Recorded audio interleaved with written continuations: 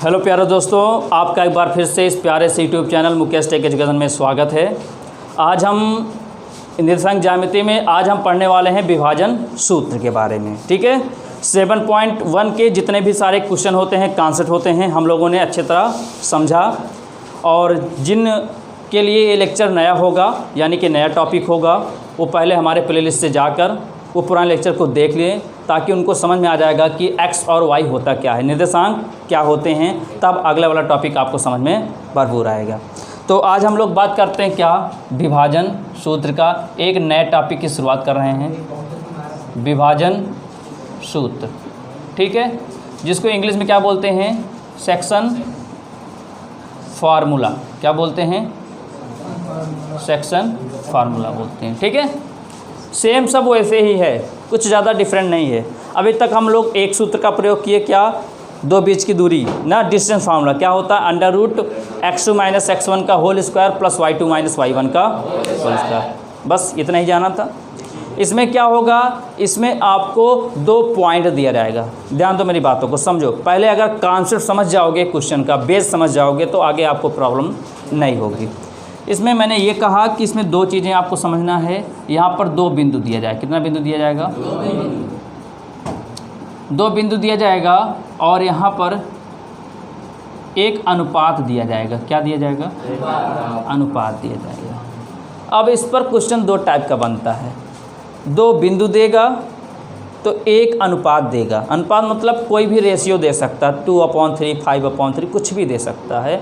तब आपसे पूछेगा कि निर्देशांक ज्ञात करो, कोऑर्डिनेट ज्ञात करो, आपको फाइंड करना रहेगा। अब क्या करेगा, दूसरा क्वेश्चन क्या देगा कि अनुपात नहीं देगा, वो निर्देशांक ही दे देगा। तो आपको क्या ज्ञात करना पड़ेगा, अनुपात ज्ञात कर दो। इस टाइप के 2 क्वेश्चन आपके इस फॉर्मूले पर तैयार होते हैं। राइट, फॉर्मूला क्या होता है हम लिख देते हैं, आप लोग लिख लीजिएगा। यहाँ पर ध्यान दीजिए, अनुपात को हम लोग किससे डिनोट करते हैं, M1 और M2 से। ये होता है अनुपात को हम लोग M1 और M2 से हम लोग क्या करते हैं, डिनोट करते हैं। ठीक है, क्या करते हैं, M1 और M2 से डिनोट करते हैं।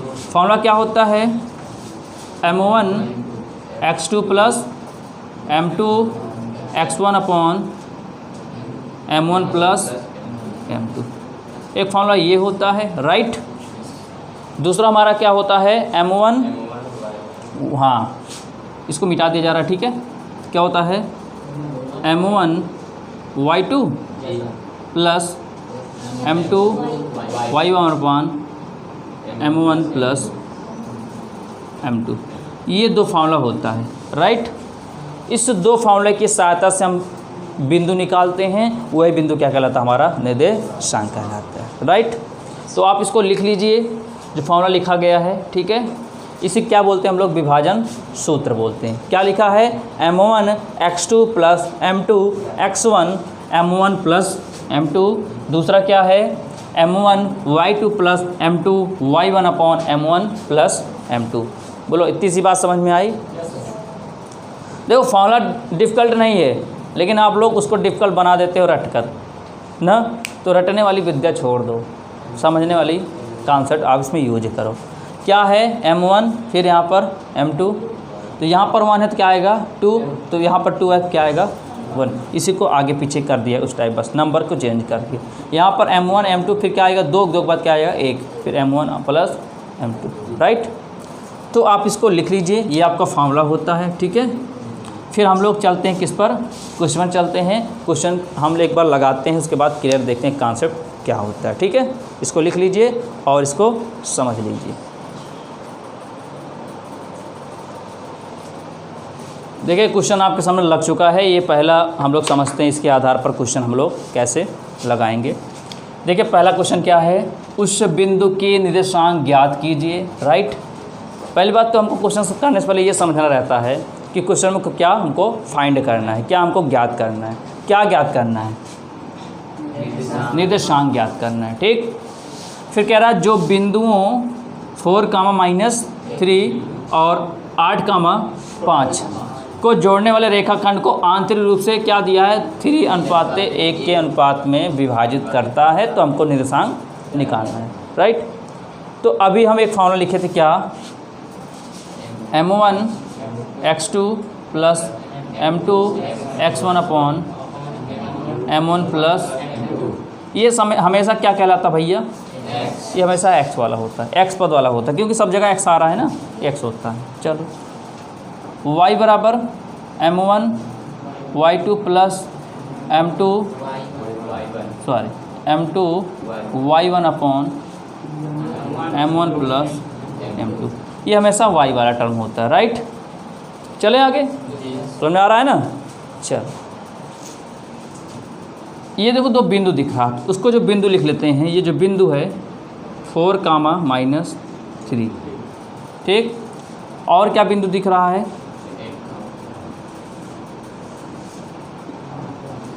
8, 5, ठीक है। एक बार क्वेश्चन को देख लीजिए और समझ लीजिए करना क्या है, ठीक। तो हम जानते हैं क्या, इसको मानते हैं x1, इसको y1, इसको x2, इसको y2। बोलो बात सही है।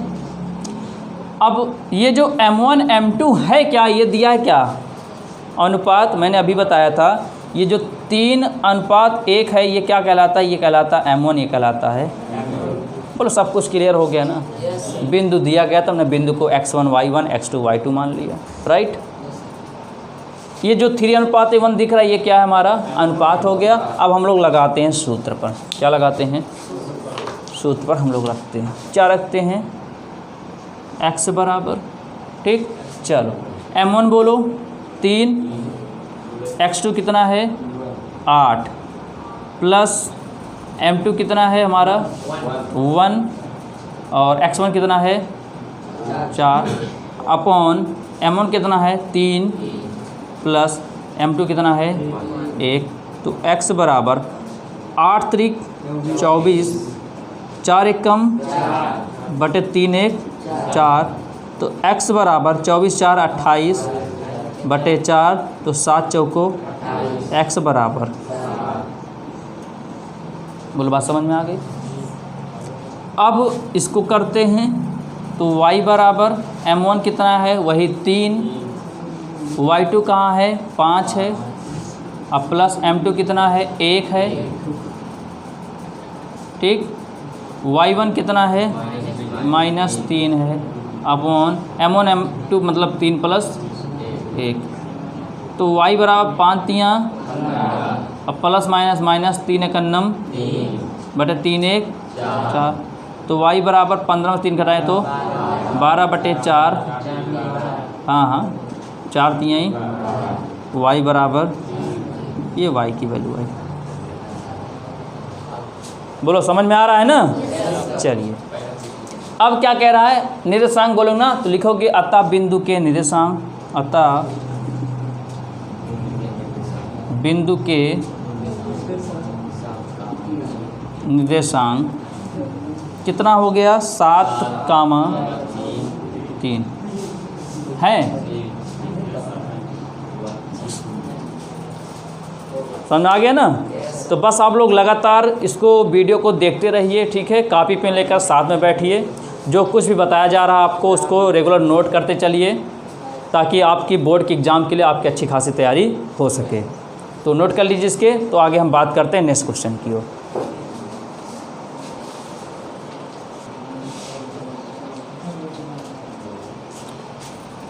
आगे बात करते हैं हम डिफरेंट टाइप के क्वेश्चन, ठीक है। अब क्या करना है इसमें, अब देखो लास्ट में क्या लिखा है, किस अनुपात में विभाजित होगा। अभी तक अनुपात दिया रहता था, हम लोग क्या ज्ञात करते थे, निर्देशांक ज्ञात करते थे। ध्यान रखना, ये हमेशा जो पहला वाला होता हमेशा ये क्या कहलाता है, ये हरदम निर्देशांक होगा, ठीक है, हमेशा निर्देशांक होगा, यानी x और ये y। और जो बिंदु होता है ना x1 y1 x2 y2 होता है, राइट। अब हमसे क्या पूछ रहा है, अब पूछ रहा है किस अनुपात में व्यर्थ होगा। अब हमको m1 और m2 ज्ञात करना है, राइट। तो हम लिख लेते हैं क्या दिया है सॉल्यूशन, देखो कैसे करते हैं हम लोग। बिंदु दिया है कितना -4, तो भैया इसको x मान लिया, इसको y मान लिया, ठीक ना। और a कितना दिया है हमारा -6, 10, और b कितना दिया है 3, -5। ये x1, ये y1 x2 और ये y2, और हम जानते हैं सूत्र एक ही होता है, x बराबर m1 x2 m2 x1 upon m1 plus m2 y बराबर हाँ m2 बोलो बात सही है। चलो अब हमको निकालना क्या है, m1 और m2 की वैल्यू निकालना। क्यों, क्या रहा है, किस अनुपात में ना, विच रेशियो ऑफ द पूछ रहा है, राइट। अब चाहे इसको लेकर चलो चाहे इसको लेकर चलो, बात वही आएगी। तो हम इसको ना लेकर चल के इसको लेकर चल रहे हैं साथ में, क्योंकि इसमें भी तो m1 m2 आ रहा है, इसमें क्या आ रहा है m1 m2 आ रहा है, तो चाहे जो से लेकर चलो। तो क्या करेंगे, देखो x से क्या लिखोगे -4, m1 कितना है नहीं पता, तो m1 को m1 ही लिख देते हैं। x2 कितना है 3 है, तो गुणे 3। m2 नहीं पता, m2 को m2 लिख दिया, गुणे x1 कितना है -6 अपॉन हमको m1 नहीं पता ना, चलो -4 इक्वल टू यह जाएगा 3m1 अब plus minus -6 m2 upon m1 plus, बोलो ये नीचे वाला किस में दिख रहा है, भाग में दिख रहा है। इधर है क्या बन जाएगा, गुणा में कितना आ जाएगा -4 m1 plus m2 equal to 3 m1 -6 m2। अब 4 को इंटू करा दे अंदर, तो -4 m1 plus minus -4 m2 equal to 3 m1 -6। एक काम करते हैं, m1 को एक साइड कर लेते हैं, m2 को एक साइड कर लेते हैं। चलो यहाँ पर -4 m1 है, इधर प्लस है, इधर आएगा तो -3 m1, इधर -6 m2 है, इधर माइनस इधर आएगा तो देखो -4 3 7 m1 कितना आ जाएगा, प्लस -2 इतना आएगा ना।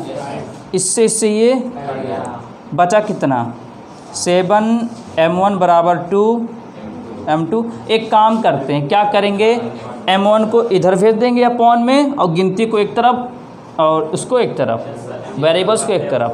समझ आ रहा है नहीं आ रहा, यानी कि ये क्या है, m1 इधर आ क्या बन गया, अपॉन में आ गया, इधर 2 चल ही रहा तो इसको नीचे भेज दिया। ये इस तरह सेट कर सकते हो ना, क्योंकि m1 को अनुपात का मतलब क्या होता है, अनुपात का इसका मतलब होता है रेशियो बोलते हैं इसको, इस अनुपात को यही तो बोलते हैं अनुपात।